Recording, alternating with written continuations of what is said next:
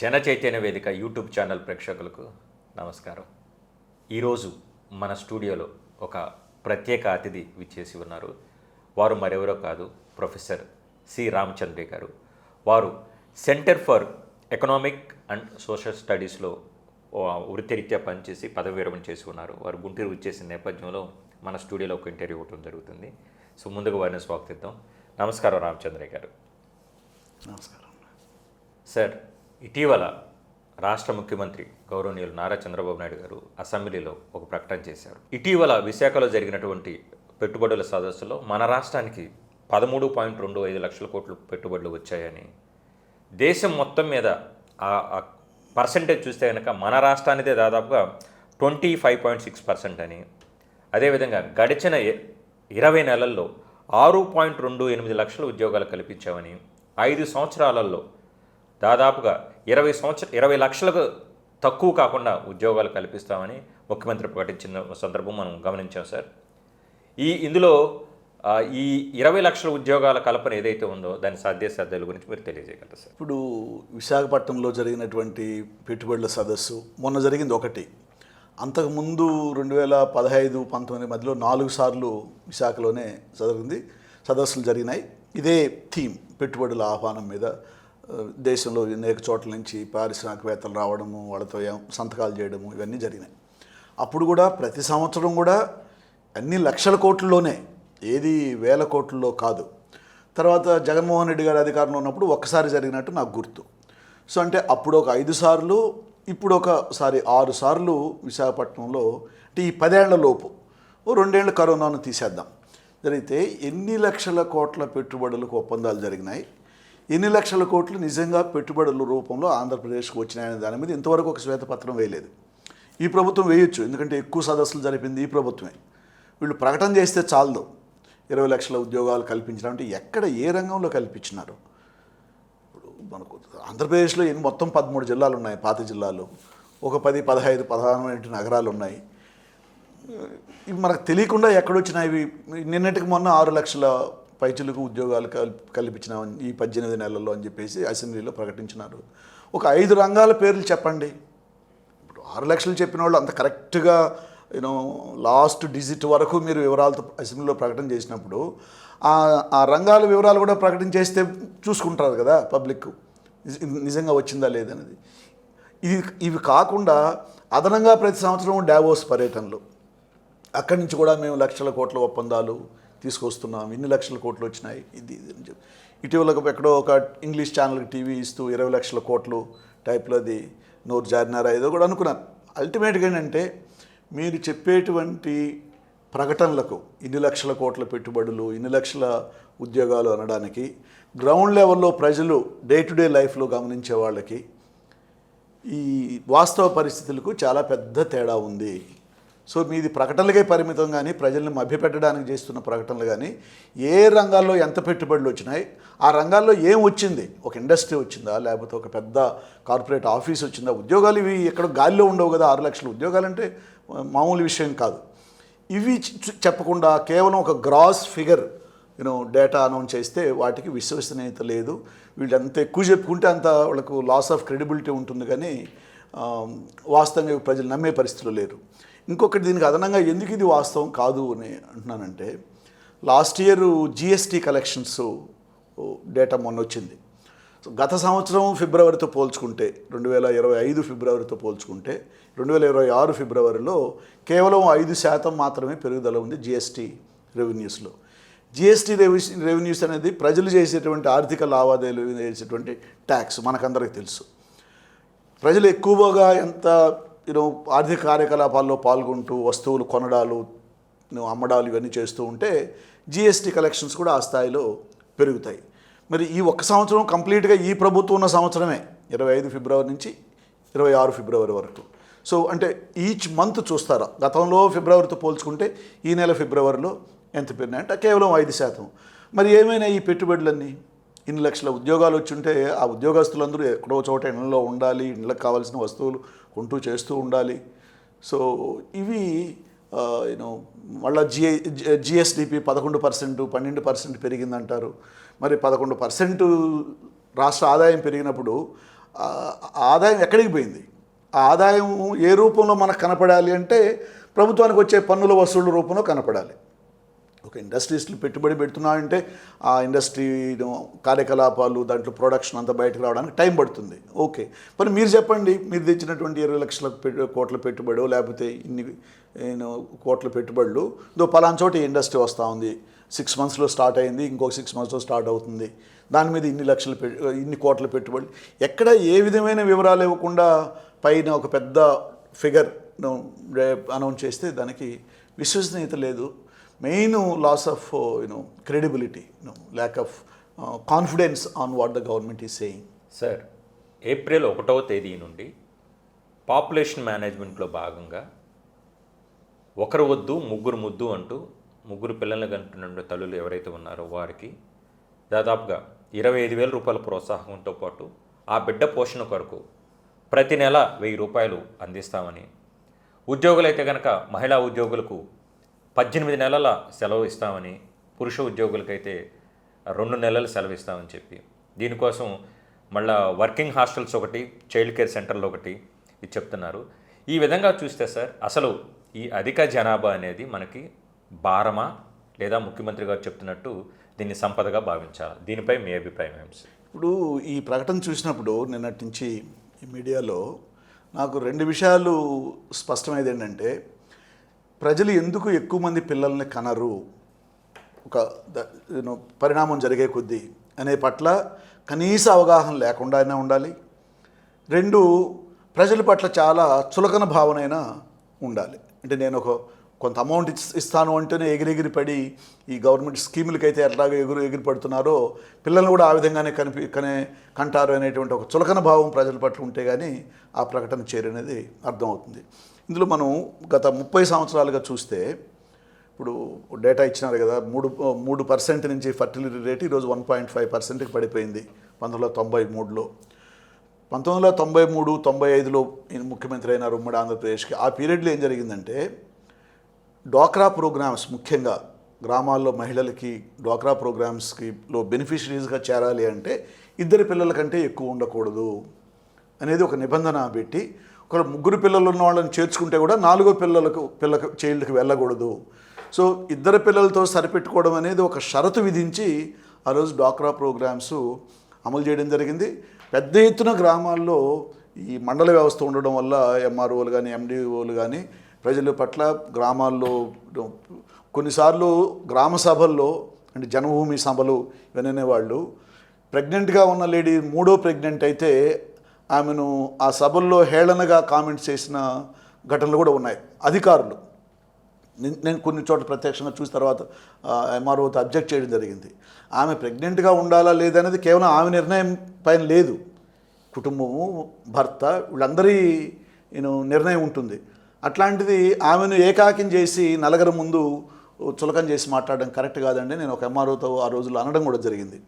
Point ఏంటంటే జనాభా తగ్గాలి అని చెప్పేసి ప్రభుత్వాలు చాలా విపరీతంగా కృషి చేసినాయి 90వ దశకంలో.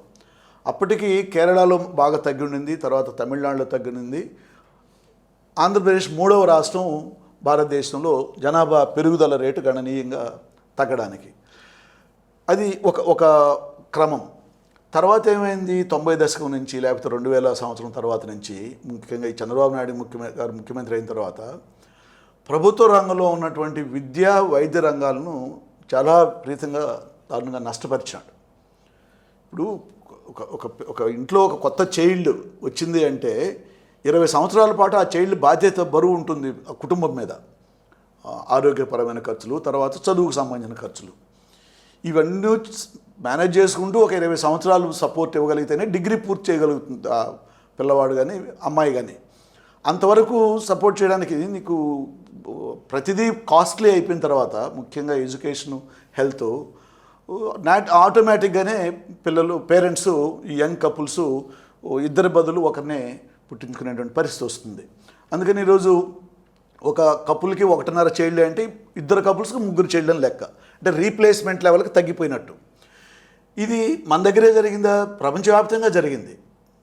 కాస్ట్ ఆఫ్ లివింగ్ పెరిగే కొద్దీ, న్యూక్లియర్ ఫ్యామిలీస్ అయ్యే కొద్దీ, లైఫ్ రోజు రోజుకు అన్ని రంగాల్లోనూ ఒక విధమైనటువంటి అభద్రత, యూనో ఖరీదైనటువంటి వ్యవహారం అయిపోయిన తర్వాత అసలు పిల్లలే వద్దు అనుకునే యంగ్ కపుల్స్ ఇప్పుడు చాలామంది కనిపిస్తున్నారు. అవును సార్. ఏమైంది, పిల్లలు అదనంగా ఇప్పుడు తీసుకొచ్చి భూమి మీద వాళ్ళని పెట్టి మనం ఏం చేయాలి, ఇంత ప్రతిదీ ఒక స్కూల్లో అడ్మిషన్ కావాలంటే ఎన్ని లక్షలు కట్టాల్సి వస్తూ ఉంది. అందుకని ఇది ఒక స్వతహాగా వాళ్ళు తీసుకున్నటువంటి నిర్ణయం. ఇదే పరిస్థితి మనకు అభివృద్ధి చెందిన అన్ని దేశాల్లోనూ జరిగిన పరిణామమే ఇది. మీరు వెస్ట్రన్ యూరోప్లో కొన్ని దేశాల్లో స్థూల జనాభా తగ్గిపోయింది, జపాన్లో జనాభా లేదు, చైనా ఇప్పుడు ఇబ్బంది పడతా ఉందని మనం అంటున్నాం. కానీ ఆ పరిస్థితులు కూడా మీరు ఇక్కడ కల్పించి ఆంధ్రప్రదేశ్లో లైఫ్ని చాలా కాస్ట్లీ చేసి ఈ రోజు కూడా ప్రైవేటైజేషన్ ప్రోత్సహిస్తూ ప్రభుత్వ రంగంలో ఉన్న వాటిని అన్నింటినీ నాశనం చేస్తూ మీరు కనండి అంటే అది వర్కౌట్ కాదు. ఇంకోటి ఏంటంటే దీంట్లో ఉన్న ఒక సీరియస్ మిస్టేకు, 3వ చైల్డ్కి ఇస్తానంటున్నాడు ముఖ్యమంత్రి. 2వ చైల్డ్కే పోవడానికి సిద్ధంగా లేరు కదా కపుల్స్. నువ్వు 2వ చైల్డ్కి మీరు ప్రోత్సాహం ఇచ్చి ముందు ఇద్దరిని కనండి, నేను అన్ని విధాలా సపోర్ట్ చేస్తాను, 3వ చైల్డ్కు ఇంకా అదనంగా సపోర్ట్ చేస్తాను అనగలగాలి. ఇక 2వ చైల్డ్కే కపుల్ వెళ్ళినప్పుడు 3వ చైల్డ్ వేస్తే నేను అమౌంట్ ఇస్తానడం చూడండి. ఇది ఇక్కడ వాళ్ళ చులకన భావం చూడండి. ఇప్పుడు ఈ ముఖ్యమంత్రికి ప్రజలంటే ఎలాంటి చులకన భావం. నేను 25,000 రూపాయలు ఇస్తాను అంటే ఏం చేస్తారు 25,000 రూపాయలతో? వాళ్ళు యూకేజీ అడ్మిషన్ కూడా రాదు ఇది సిటీస్లో టౌన్స్లో ఉండే వాళ్ళకి. తర్వాత నెల నెల వాళ్ళకు ఉన్నటువంటి స్కూల్ ఫీజులు ఎంత, ఆరోగ్య ఖర్చులు ఎంత? మరి మీరు ఏం ఉచిత విధి ఇస్తావు? నారాయణ చైతన్యాలు పెట్టి ఉచిత విధి ఇస్తానంటే వాళ్ళు ఒప్పుకుంటారా? కానీ ఫీజు రీయింబర్స్మెంట్ చేయగలవు. బట్ అదే కాదు కదా, పేరెంట్స్కి ఒక అడిషనల్ చైల్డ్ అనేది చాలా పెద్ద రెస్పాన్సిబిలిటీ. వీటిని దృష్టిలో పెట్టుకోకుండా నేనేదో అది ఇస్తాను ఇది ఇస్తాను. ఇప్పుడు నేను 18 నెలలు 12 నెలలు లీవ్ ఇస్తాను, మ్యాటర్నల్ లీవ్ తల్లికి. మరి అది ప్రైవేట్ కంపెనీ కదా ఇవ్వాలి. గవర్నమెంట్ ఉద్యోగం చేస్తుంటే మీరు ఇస్తారు, మీ చేతిలో ఉందనుకోవచ్చు. ఆ ప్రైవేట్ కంపెనీ ఇవ్వను అంటే ఏం చేస్తాం? చాలాసార్లు ఏం చేస్తున్నారంటే ప్రెగ్నెంట్ ఉమెన్ అని తెలిస్తే ఉద్యోగం నుంచి ముందే తీసేస్తున్నారు. ఇది ఇన్ని రోజులు మ్యాటర్నిటీ లీవ్ ఇవ్వాల్సి వస్తుందని ప్రైవేట్ కంపెనీలు. మరి వాళ్ళ మీద మీకు అజమాయిషి ఉందా? మీరేమో మొత్తం ప్రైవేటైజేషన్ ప్రోత్సహించే మనిషి కదా. కాబట్టి ఇవి వర్కౌట్ కావు. ఇవి unnecessary diversion of state agenda, peoples mind తప్ప ప్రాక్టికల్గా అవి ఒక్కటి కూడా కార్యరూపం తాల్చవు. ఎవరు ఆహా ఓహో అని ఈ పాపులేషన్ పాలసీ చూసి రేపటి నుంచి మేము ఇద్దరిని ముగ్గురిని కంటున్నాం అంటూ ఎగురుకుంటే ఏ కపుల్స్ ముందుకు రారు. సార్, మాతా శిశు మరణాల్లో కావచ్చు, పౌష్టికాహార లోపంలో కావచ్చు, అక్షరాస్యతలో కావచ్చు, దక్షిణాది రాష్ట్రాల్లో మనది దాదాపుగా చివరి స్థానం సార్. విజన్ 2047లో భాగంగా 100% అక్షరాస్యతతో పేదరికం లేని రాష్ట్రంగా ఆంధ్రప్రదేశ్ అవతరించబోతుందని, తలసరి ఆదాయాన్ని దాదాపుగా $42,000 తీసుకెళ్తామని చెప్పి, మన ఆర్థిక వ్యవస్థనే $2.4 ట్రిలియన్ తీసుకెళ్తామని చెప్పి, అందుకు గాను ఏఐ, డీప్ టెక్ లాంటి సాంకేతిక పరిజ్ఞానాన్ని ఉపయోగించుకుంటూ high speed rail and road నెట్వర్క్ని చేస్తామని చెప్పి, ప్రతి ఇంటి నుండి ఒక పారిశ్రామికవేత్తను, ప్రతి రైతుని రాజుని చేస్తామని చెప్పి ముఖ్యమంత్రి పదే ప్రకటిస్తున్న నేపథ్యాన్ని మనం గమనిస్తున్నాం సార్. దీని సాధ్యాసాధ్యాలు ఎలా ఉండబోతున్నాయని మీరు భావిస్తున్నారు సార్? ఇప్పుడు విజన్ 2047 ఏంటంటే కేంద్ర ప్రభుత్వం కూడా వికసిత భారత్ 2047 అంటుంది కాబట్టి దానికి అలైన్మెంట్గా ఇప్పుడు గతంలో ఉమ్మడి ఆంధ్రప్రదేశ్ ముఖ్యమంత్రిగా ఉన్నప్పుడు విజన్ 2020 చేశారు కదా. ఈరోజు 2026లో ఉన్నాం. మరి ఆ విజన్ కరెక్ట్గా నడుచుంటే ఉమ్మడి ఆంధ్రప్రదేశ్ ఈరోజు ఎక్కడికో పోయి ఉండాలి. పెడితే ఈరోజు మళ్ళా 2047కి మనం చాలా దగ్గరగా ఉండాలి. ఈరోజు నిర్దేశిస్తున్నటువంటి లక్ష్యాలకు చాలా దగ్గరలో మనం ఆల్రెడీ ఉండాలి. మీ విజన్ 2020 పనిచేసి ఉంటే మరి అదేం పనిచేసింది? ఎక్కడన్నా పేదరికం తగ్గిందా? ఆర్థిక అంతరాయాలు తగ్గినాయా? శాంతి భద్రతలు పెరిగినాయా? లంచగొండితనం తగ్గిందా ప్రభుత్వ రంగంలో కానీ ప్రైవేట్గా? పబ్లిక్ లైఫ్ ఏమన్నా లెస్ కాస్ట్లీ అయిందా? రాజకీయాలు ఎంత ఖరీదు అయిపోయినాయి? ఎంత వ్యాపారం అయిపోయింది? మద్యం కన్జంప్షన్ తగ్గిందా? అసలు వీటన్నిటి మీద ఏది కాకుండా ఇవన్నీ కూడా ఇంతకుముందు నేను అన్నాను చూడండి, ఏది ఇన్ని లక్షల కోట్ల పెట్టుబడులు, ఆ టైప్ ఆఫ్ లక్ష్యాలు ఇవి కూడా. ఇప్పుడు సింపుల్గా 3-4 అంశాలు. మీరు తలసరి ఆదాయం పెరగాలంటే ప్రజలకు ప్రతి ఒక్కరికి కొంత ఆదాయం రావాలి కదా. 65-70% మంది వ్యవసాయ ఆధారిత రాష్ట్రం. ఒక మొంతా తుఫాన్లో 6,000 పైచిలకు కోట్లు నష్టం వచ్చిందని చెప్పేసి మొన్న వచ్చిన మాట వాస్తవం. ఎందుకంటే అర్బన్ ఏరియాస్లో ఫ్లడింగ్తో నష్టం వచ్చినా ఎక్కువ రైతులు చాలా నష్టపోయినారు. చేతికి నోటికాడ కూడు తీసేసినట్లు అంటాం రాయలసీమలో, తెలంగాణ భాషల్లో. నోటికాడ కూడు తీసేసినట్లంటే రైతుకు ఇంకొక 10 రోజుల్లోనూ 20 రోజుల్లోనూ కోతకు వచ్చేటువంటి వరి పంట లాస్ట్ మినిట్లో ధ్వంసం అయిపోవడం. వీటన్నిటిని ఆధారంగా మీరు 6,000 పైచిలకు కోట్లు మొంతా తుఫాను వల్ల నష్టం వచ్చింది, కేంద్రానికి నివేదిక పంపించినామన్నారు. ఎన్ని నెలలు అయింది? కేంద్రం నుంచి మీరు ఏదైనా ఒక 1000 కోట్లు రాబట్టినారా? లేదు, కేంద్రం నుంచి రావడానికి డిలే అవుతా ఉంది. మేము ఒక 1000 కోట్లు ఒక్కొక్క రైతుకైనా ఎకరాకు, సరే పంట నష్టం మొత్తం మేము తీర్చలేం, ఇదో ఈ 10,000 రూపాయలు ఎకరాకు తీసుకోండి, కొంతన్నా ఊరట లభిస్తుందని ఒక్క రైతుకన్నా ఇచ్చినారా? మరి తలసరి ఆదాయం ఎట్లా పెరగాలి? ఇప్పుడు రాయలసీమలో ఉద్యానవన పంటలు, ఈ పండ్ల తోటలు ఎక్కువ. నేను ఆ ప్రాంతం నుంచి వచ్చినవాడిని కాబట్టి ఇప్పుడు రాజంపేట ఏరియాలో గత సంవత్సరం చాలా కష్టమైన సంవత్సరం రైతులకి ఆదాయం రీత్యా. కానీ పంటలు పండించిన రీత్యా చాలా బాగా పండినటువంటి సంవత్సరం 2005. అందులో ప్రత్యక్షంగా నేను కూడా అందులో బాధితుడిని. 5 పంటలు, అన్ని పండ్ల తోటలు, కర్బూజా, దోస, కొంచెం చోట పుచ్చకాయ అంటారు దాన్ని, ఫ్రూట్ దోస, అది మామిడి, అరటి, పప్పాయ. మాకు గ్రౌండ్ వాటర్ డిపెండెంట్, ఆ బెల్ట్ అంతా కెనాల్స్ ఏమి ఉండవు. బోర్లు 600 నుంచి బాగా నీళ్లు ఉంటే 400లో బోర్ ఉంటుంది. ఇప్పుడు మా పొలంలో నాది 400 అడుగుల్లో సబ్మర్సిబుల్ పంప్ ఉంటుంది. కొన్ని చోట్ల వర్షాలు సరిగా పడకపోతే 600, 800 వరకు కూడా వెళ్తారు. But 400 common. కొంచెం నీళ్లు బాగున్నాయి కాబట్టి పంటలు బాగా పండినాయి. చేతి నిండా పంటలు పండి సమృద్ధిగా ఒక్క పంటలో కూడా రైతుకు పెట్టిన కనీస కూలీల ఖర్చు, విత్తన ఖర్చు కూడా రాకుండా ప్రతి పంటలోనూ సంవత్సరం మొత్తం రైతు ఖాళీగా కూర్చోలేడు. ఒక పంట పోయింది, ఇంకొక పంటన్నా, ఈ పంట పోయింది, ఇంకొక పంటన్నా ఇస్తే చివరికి పప్పాయలో ఇప్పుడు నష్టపోలే రైతులు. అలాంటిది గత సంవత్సరం పప్పాయలో కూడా నష్టపోయినారు. ఇప్పుడు ఒక సంవత్సర కాలంలో 5 పంటల్లో ప్రతి పంటలోనూ రైతులు నష్టపోయిన, అంటే కొన్ని లక్షల ఎకరాల్లో, ఇదేం ఒక పల్లెలోనూ 2 పల్లెల్లో కాదు జరిగినప్పుడు, ఒక్క రైతు కన్నా మీరు ఎకరాకింత నష్టపరిహారాన్ని చెల్లించిందా ఈ ప్రభుత్వం? మరి రైతు తలసరి ఆదాయం ఎట్లా పెరగాలి? By the end of the year రైతుకు మిగిలింది అప్పులు. ఎందుకంటే ఒక దాంట్లో రానప్పుడు కూలీల ఖర్చు, విత్తన ఖర్చు, మందులు. మళ్ళీ ప్రభుత్వాలు ఈ పెస్టిసైడ్స్, ఈ ఎరువులు, వీటి మీదనే కొన్ని కోట్ల రూపాయలు, 100 కోట్ల రూపాయలు జీఎస్టీ రూపంలో ఆదాయం సంపాదిస్తాయి. అది కూడా వెనక్కి వీళ్లకు కనీసం ఎకరాకింతని సహాయం చేయనప్పుడు తలసరి ఆదాయం ఎలా పెరగాలి? నువ్వు ఎట్లా పెంచుతావు చెప్పండి? 2047కు పెంచుతావు నేను అనొచ్చు మాటలు, బట్ యాక్చువల్గా ఏం చేసినావు? ఈరోజు పెరగంది రేపు ఎట్లా పెరుగుతుంది? ఈ రోజున్న నిన్నటికంటే ఈరోజు రైతు ఇంకా అప్పుల్లోకి వెళ్ళిపోతే ఇంకా ఆదాయం పెరిగేది ఎట్లా? ఈ రైతు బాగుపడేది ఎట్లా? కాబట్టి ఇవి చిత్తశుద్ధి లేని మాటలు అంటారండి ఇవి. కేవలం అంటే ఈయన గత ఉమ్మడి ఆంధ్రప్రదేశ్ ముఖ్యమంత్రిగా ఉన్నప్పటి నుంచి ఈ చంద్రబాబు నాయుడు గారి ప్రకటనలన్నీ ఆహా ఓహో అనుకునేట్టు ఒక ఆర్భాటపు ప్రకటనలు, ఏదో ప్రపంచమంతా ఆంధ్రప్రదేశ్ వైపు చూసి ఆహా అబ్బురపడిపోవాలనేటువంటి ఆ గోల్స్ ప్రకటించడం తప్ప గ్రౌండ్ లెవెల్లోకి వచ్చేటప్పటికి చిత్తశుద్ధితో ఒక కన్సర్న్, రైతు నష్టపోయినాడు అంటే అధికారంలో ఉన్న నాయకుడికి కానీ, అధికారికి కానీ, మంత్రికి కానీ ఒక బాధ ఏర్పడాలి, అయ్యో అనిపించాలి.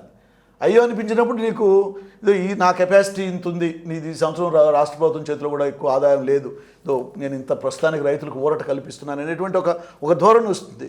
అది ఏదీ లేకుండా ప్రకటనలకే పరిమితం అయిపోయి ఆహా ఓహోనంతా ప్రచారం చేయడం తప్ప ఇక ఏ విధంగా ఇది పెంచుతారు? ఇప్పుడు ఏఐ ఆధారిత అన్నారు మీరు ప్రశ్నలు. ఆర్టిఫిషియల్ ఇంటెలిజెన్స్ అంటే ఉన్న ఉద్యోగాలు పోవడం, మరి కొత్త ఉద్యోగాలు మీరు ఎక్కడ కల్పిస్తున్నారు?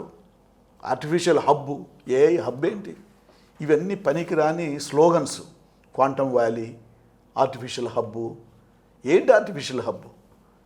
కంప్యూటర్ ఒక కంపెనీ, ఒక పెద్ద ఐటీ కంపెనీ వాళ్ళు ఆర్టిఫిషియల్ టెక్నాలజీని వాడి ఏదో చేస్తారంటే అది ఇక్కడికి వచ్చేం చేయాల్సిన అవసరం లేదు, వాడు ఎక్కడి నుంచైనా చేయొచ్చు. ఈ రోజుల్లో గూగుల్ హెడ్ క్వార్టర్స్లో సిలికాన్ వ్యాలీలో ఒక టెక్నాలజీ తయారైతే మరుసటి రోజు అన్ని కంప్యూటర్స్లో ఉంటుంది. అది వాడు ఇక్కడికి తీసుకొచ్చి అమరావతిలో ఏదో ఒక బిల్డింగ్లో పెట్టేది కాదు, అందరూ పెట్టుకున్నట్టే మేము పెట్టుకుంటాం. ఆ క్వాంటమ్ టెక్నాలజీ అనేది ఒక క్వశ్చనబుల్ టెక్నాలజీ. కానీ ఇప్పుడు ఏమైంది? ఏదో ఒక స్లోగన్ ఇచ్చి, రోజు ఇంత పెద్ద ప్రకటనలు ఇచ్చి, దాని మీద కొన్ని గ్రాఫిక్స్ సర్క్యులేట్ చేసి అమరావతిలో అది జరుగుతుంది, ఇది జరుగుతుందని ఈ 3 ఏళ్ళు కాలం గడపాలి, జనాలు మభ్యపెట్టాలి. అయితే క్వాంటమ్ కంప్యూటర్ అనేది ఇంతవరకు రాలేదు వరల్డ్లో. ఎందుకంటే ప్రతి కంపెనీ కూడా ఐబిఎం కానీ, ఎన్విడియా ఇవి కానీ, గూగుల్, మైక్రోసాఫ్ట్ వాళ్ళు వర్క్ చేస్తుంటారు క్వాంటమ్ టెక్నాలజీ మీద. కానీ వాడు బయట పెట్టాడు, ఎందుకంటే ఇండస్ట్రీలో కాంపిటీషన్ కోసం. వాడు ఏదన్నా ఒక రోజు దాని మీద ఒక లెవెల్కి వచ్చినా అంటే, ఇప్పుడు డీప్ సీకి వచ్చింది ఏఐకి పోటీ చేయడం, వాళ్ళు మార్కెట్లో రిలీజ్ చేసే వరకు వాడు బయట పెట్టాడు. అవును, ఇవన్నీ డిస్రప్టివ్ టెక్నాలజీస్ అంటారు. అంటే ఒకసారి బయటకు వచ్చిన రోజు దాని ప్రభావం షేక్ అవుతుంది ఆ రంగం అంతా. అదే సార్. ఈ క్వాంటమ్ కూడా అంతే. ప్రతి పెద్ద కంపెనీలో ఒక 5-6 కంపెనీలు ఒకటి తెలియకుండా ఒకరు, అంటే ఆ రంగం అట్లాంటిది. సో రీసెర్చ్ చేస్తుంటారు ఎక్కడో ఒక చోట దాని మీద వాళ్ళకి పూర్తిగా గ్రిప్ వచ్చే వరకు వాడు బయట పెట్టాడు. గ్రిప్ ఇచ్చిన రోజు ఏం చేస్తాడు, ఐబిఎం ఉంది, ఒక్కసారి మొత్తం ఇండస్ట్రీని షేక్ చేయడానికి ట్రై చేస్తాడు, ఆ అడ్వాంటేజ్ తీసుకోవడానికి ట్రై చేస్తాడు. But that is how that sector works. నేనేందో ఈడ ఒక బిల్డింగ్ కట్టి అమరావతిలో క్వాంటమ్ కంప్యూటర్లన్నీ ఇక్కడ తెచ్చి పెడతాను, ఎంత హాస్యాస్పదమైనటువంటి ప్రకటన అంటే, ఇది ఒక క్వాంటమ్ వ్యాలీ అవుతుందని. క్వాంటమ్ వ్యాలీ అంటే ఏంటి? క్వాంటమ్ కంప్యూటర్లు అనే కంపెనీలు మీకు ఇస్తాయా? వాడు మార్కెటింగ్ చేసుకున్న రోజు ఎవడైనా కొనుక్కోవచ్చు దాన్ని, ఎందుకంటే అప్పటికే కాస్ట్లీగా ఉంటాయి కాబట్టి చాలా పెద్ద పెద్ద ఇండస్ట్రీస్, పెద్ద పెద్ద కంపెనీలే కొనుక్కోగలవు. వాళ్ళందరూ తీసుకొచ్చి ఇక్కడ ఎందుకు పెట్టాలి? ఇది బెంగళూరుకి వెళ్ళరా, హైదరాబాద్కి వెళ్ళరా, అమరావతిలో ఏముందని. కానీ నేల విడిచి సాము చేసినట్టు పెద్ద పెద్ద స్లోగన్స్ ఇచ్చుకుంటూ, గ్రాఫిక్స్ సర్క్యులేట్ చేసుకుంటూ ఈ 3 ఏళ్ళు కాలం గడపడానికి వాడుతున్నారు తప్ప ఏఐ హబ్బు ఇవన్నీ. వ్యవసాయ ఆధారిత ప్రాంతమైనటువంటి ఆంధ్రప్రదేశ్లో బేసిక్ రైతుల్ని నెగ్లెక్ట్ చేసి పైన ఏదో మాట్లాడితే నీకు తలసరి ఆదాయం పెరగదు, జిఎస్టీ వసూళ్లు పెరగవు. స్థూలంగా చూస్తే గత సంవత్సరం కంటే ఈ సంవత్సరం కంటే నెక్స్ట్ ఇయర్ రైతుల పరిస్థితి ఏందా అంటే 65-70% ఉన్న రైతులు ఇంకా ఎక్కువ ఆర్థికంగా నష్టపోయే కనిపిస్తారు మనకు. సార్, ఇటీవల రాష్ట్ర వ్యాప్తంగా చర్చనీయాంశమైన మరొక అంశం ల్యాండ్ పూలింగ్ సార్. 2వ విడత భూ సమీకరణ అనే అంశం మీద ఎక్కువ చర్చ నడుస్తుంది సార్. రాష్ట్ర ప్రభుత్వం వచ్చేసేసి మనకి 1500 ఎకరాల్లో రైల్వే స్టేషన్, 5000 ఎకరాల్లో విమానాశ్రయం, దాదాపు 2500 ఎకరాల్లో స్పోర్ట్స్ సిటీ కావచ్చు, స్మార్ట్ సిటీ కావచ్చు అంటున్నారు. ఇదే విధంగా మనకి దాదాపుగా ఒక 180 పైచీలకు కిలోమీటర్లతో రింగ్ రోడ్ అని చెప్తున్నారు సార్. అసలు సార్ ఇవన్నీ గమనిస్తే కనుక ఈ ప్రపంచ స్థాయి నగరంగా అమరావతిని తీర్చిదిద్దటంలో 1,00,000 ఎకరాలు కావాలని చెప్పి ప్రభుత్వం చెప్తుంది సార్. గతంలో సేకరించిన భూమి కావచ్చు, ప్రభుత్వ భూములు కావచ్చు, ఒక 50,000 ఎకరాలు ఉన్నాయి. ఇప్పుడు మరొక 50,000 ఎకరాలు కావాలని చెప్పి ఆ దిశగా అడుగులు వేస్తున్న నేపథ్యంలో సార్, ఈ ఓవరాల్గా ఈ అమరావతికి 1,00,000 ఎకరాలు ఎందుకని చెప్పి దాదాపుగా చాలామంది విరుస్తున్న నేపథ్యాన్ని కూడా మనం గమనిస్తున్నాం సార్. సో అసలుకి వీటన్నిటిని పక్కన పెడితే సార్, ఈ ల్యాండ్ పూలింగ్ స్కీమ్ నియమాలు లేదా నిబంధనలు ఏదైతే ఉన్నాయో, గైడ్లైన్స్ ఏవైతే ఉన్నాయో అవి అసలు పూర్తిగా అమలు అవుతున్నాయా? అసలు ఆ దాంట్లో ఉన్న లోటుపాట్లు ఏంటి సార్? దీని గురించి కూడా తెలియజేయగలరు సార్. ఇప్పుడు ఈ అమరావతి పేరుతో తీసుకున్నటువంటి 54,000 ఎకరాలు ఏదైతే ప్రభుత్వం దగ్గర ఉందో, ఆ రోజు ఒక విధమైనటువంటి వాతావరణం, ఒకటి హైపు, 2 గ్రామస్తుల్లో భయం. నేను చాలా డీటెయిల్డ్గా డాక్యుమెంట్ చేసిన. 2015 తర్వాత 15 జనవరి 1వ తేదీన ల్యాండ్ పూలింగ్ రూల్స్ వచ్చిన తర్వాత గ్రామాల్లో ఎలాంటి పరిస్థితులు క్రియేట్ చేసింది ప్రభుత్వం, దానికి ఇంకొక చిన్న నేపథ్యం ఉంది. టీవీ చర్చల్లోనూ గ్రామాల్లో జరిగినటువంటి అనేక కన్సల్టేషన్స్లో రైతులు భూములు ఇవ్వడానికి సిద్ధంగా లేరు అనేది అర్థమైపోయింది. నవంబర్ 18వ తేదీనో 16-18 అనుకుంటాను 2014 చంద్రబాబు నాయుడు గారు హైదరాబాద్లో ఉన్న గెస్ట్ హౌస్లో, లేక్ వ్యూ గెస్ట్ హౌస్లో, అది క్యాంప్ ఆఫీస్ సీఎం, ఆంధ్రప్రదేశ్ సీఎంకి 4 బస్సుల్లో ఈ రాజధాని గ్రామాల నుంచి టీడీపీ అనుకూలమైనటువంటి రైతులందరినీ తీసుకెళ్ళినారు. అక్కడ ఎంత చర్చ జరిగినా కానీ రైతులు హ్యాపీగా లేరు ఇవ్వడానికి. ఇంకేమనుకున్నారో ఏమో, డిసెంబర్ 29, 30, 31, డిసెంబర్ 28 నుంచి మొదలుపెట్టి 2014 6 గ్రామాల్లో అరటి తోటలను రగలబెట్టడం, కరకట్ట గ్రామాల్లో కృష్ణాయపాళెం, లింగాయపాళెం, వెంకటాయపాళెం, ఇవి దాని ఒక విధమైనటువంటి భయానక వాతావరణం సృష్టించి సిఆర్డిఏ చట్టం, ల్యాండ్ పూలింగ్ రూల్స్, కేంద్రం నుంచి ముందుగానే సిద్ధం చేసుకొని ల్యాండ్ ఆర్డినెన్స్, అంటే బహుళ పంటల భూములను కూడా తీసుకోవచ్చు అనేటువంటి ఆర్డినెన్స్. అది అంతకుముందు రైతుల అవగాహన ఉంది. 2013 చట్టం ప్రకారం బహుళ పంటల భూముల్ని తప్పనిసరి పరిస్థితుల్లో అయితే తప్ప తీసుకోకూడదు అనేది. ఈ భయానక వాతావరణాన్ని సృష్టించి ఈ 3 చట్టాలు, రూల్స్ వెంటనే ప్రభుత్వం రిలీజ్ చేయడం జరిగింది. డిసెంబర్ 31, డిసెంబర్ 31న ఒకటి, జనవరి 1న. తెల్లవారేటప్పటికే గ్రామాల్లో పోలీసులు ఏం జరుగుతుందో తెలుసుకునే లోపు ఓకే, ప్రతి గ్రామంలోనూ ఒక రెవెన్యూ డివిజన్ సిఆర్డీఏ యూనిట్ అంతా పెట్టి ల్యాండ్ పూలింగ్ అంటే ఏంటి, రైతులు స్వతహాగా ఇస్తే పూలింగ్, ప్రభుత్వం తీసుకుంటే భూసేకరణ 2013 ల్యాండ్ అక్విజిషన్ చట్టం ప్రకారం చేయాలి. మీరు స్వతహాగా నేను 10 మందిని కలిసి మనకున్న ఇది తలా 1 ఎకరానో లేకపోతే 6 ఎకరా కలిసి చేసుకొని దీంట్లో ఏది డెవలప్ చేసుకుందాం అంటే అది పూలింగ్. సో ఇక్కడ రైతులు 30,000 మంది రైతులు 29,000 మంది స్వతహాగా ముందుకొచ్చి మేమందరం కలిసి ఇది చేయాలనుకుంటున్నామంటే అది పూలింగ్ అయ్యేది. ఇది అది కాదు, ఇది బలవంతపు భూ సమీకరణ, ఇది ఫోర్సిబుల్ పూలింగ్, వాలంటరీగా ఇచ్చింది కాదు. వరల్డ్ బ్యాంక్ అదే చెప్పింది. వరల్డ్ బ్యాంక్ ఇన్స్పెక్షన్ ప్యానెల్ తర్వాత వచ్చినప్పుడు 2016-17లోనో వాళ్ళు వచ్చినప్పుడు ఆ వరల్డ్ బ్యాంక్ లోన్ ఆగిపోయింది చూడండి. వచ్చినప్పుడు వాళ్ళు 4 వచ్చినారు, అన్ని గ్రామాల్లో తిరిగినారు, సిఆర్డీతో కలిసినారు, నేలపాడులో టీడీపీ వాళ్ళు బహిరంగ సభ పెడితే అందులో పాల్గొన్నారు. అందరితో మాట్లాడిన తర్వాత వాళ్ళు చెప్పినటువంటి ఫైనల్ ఒక క్రక్స్ ఆఫ్ ది తీర్మానం ఏంటంటే, ఒకసారి ప్రభుత్వం రాజధాని సరిహద్దులు నిర్ణయించిన తర్వాత ఆ సరిహద్దుల లోపల ఉండే రైతులకి భూమి ఇవ్వడం మినహా మరొక మార్గం లేకుండా పోయింది. కాబట్టి దీన్ని వాలంటరీగా భూములు ఇచ్చినారనడానికి వీల్లేదు అని చేసినారు. నేను చాలా డీటెయిల్గా డాక్యుమెంట్ చేసిన. ఆ 33,000 ఎకరాల్లో కూడా 10,000 ఎకరాలు 12,000 ఎకరాలు తప్ప మిగిలిందంతా కూడా చాలా బలవంతంగా విధి లేక ఇవ్వాల్సి వచ్చిన పరిస్థితి. అది పక్కన పెడతాం. ఇప్పుడు సింగపూర్ మాస్టర్ ప్లాన్ అయింది. 2017 చదరపు కిలోమీటర్లకు మాస్టర్ ప్లాన్ తయారు చేశారు.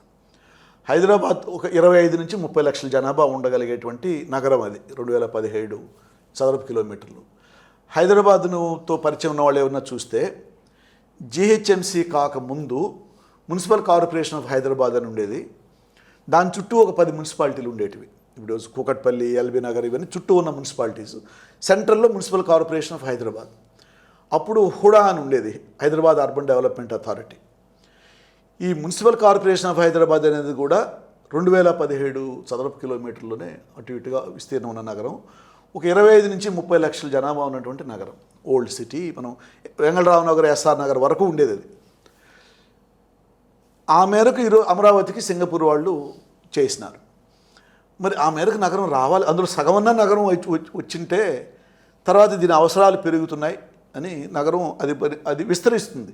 ఏ నగరం కూడా ప్రభుత్వాలు భూములు తీసుకొని కట్టుకుంటూ వెళ్ళవు.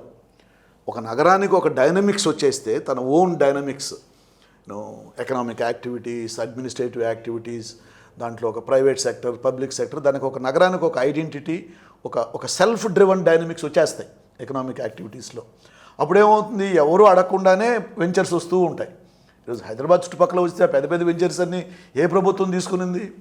ఇక్కడ పొటెన్షియల్ ఉంది కాబట్టి రియల్ ఎస్టేట్ వాళ్ళు వస్తారు, రైతులు కూడా వస్తారు, వాళ్ళే కూడా వెంచర్స్ చేసుకుంటారు ఒక డెవలపర్తో అగ్రిమెంట్ పెట్టుకొని. సో అట్లా సిటీ డెవలప్ కావాలి.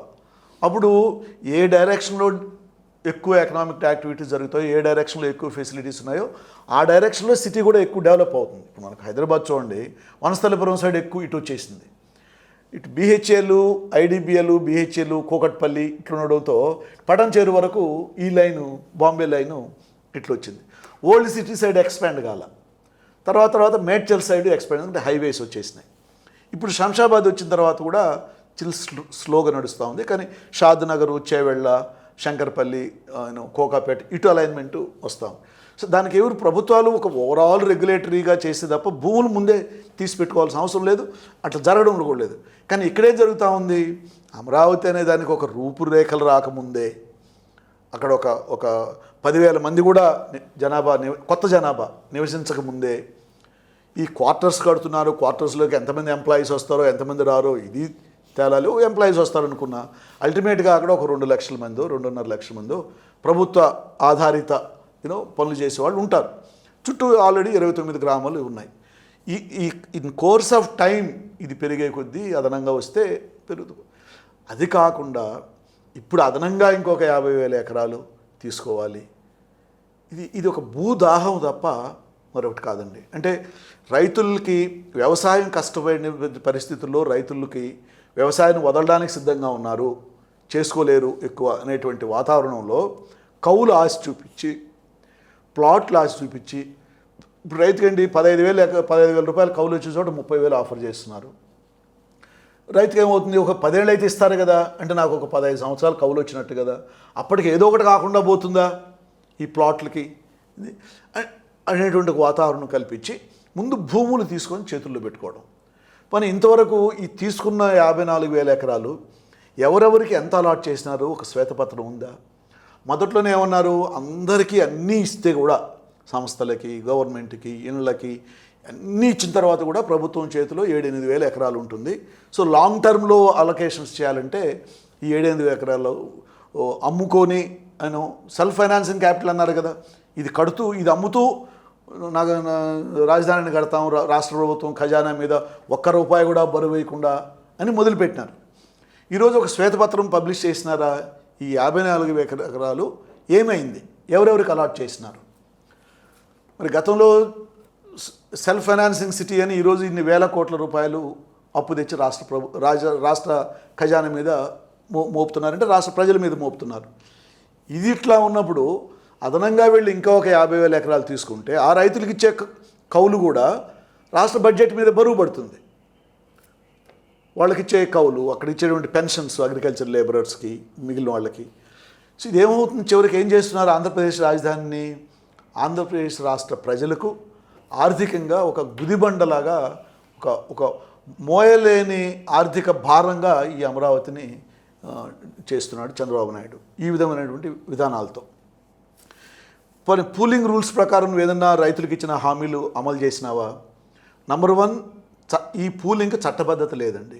ఫస్ట్ జనాలకు అర్థం కావాల్సింది ఏంటంటే ఈ పూలింగ్కి చట్టబద్ధత లేదు. అంటే ఏంటి, స్వతహాగా రైతు ఇచ్చినప్పుడు రైతు సిఆర్డీఏ ఒప్పందం చేసుకుంటున్నారు.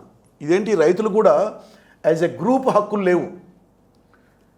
అక్కడ జరుగుతున్న ఒప్పందం అంతా 9.14 ఫామ్ అయితే ఏదైతే అంటున్నారో గతంలో జరిగింది, ఇది రైతుకు సిఆర్డీకి వ్యక్తిగత స్థాయిలో జరిగినటువంటి ఒప్పందం. సో ఇక్కడ కలెక్టివ్గా రైట్స్ లేవు వీళ్ళకి. వీళ్ళు కోర్టుకు వెళ్ళాలంటే అందరూ వెళితేనే కోర్టు, లేకపోతే ప్రతిదీ ఇండివిజువల్ ఒప్పందం.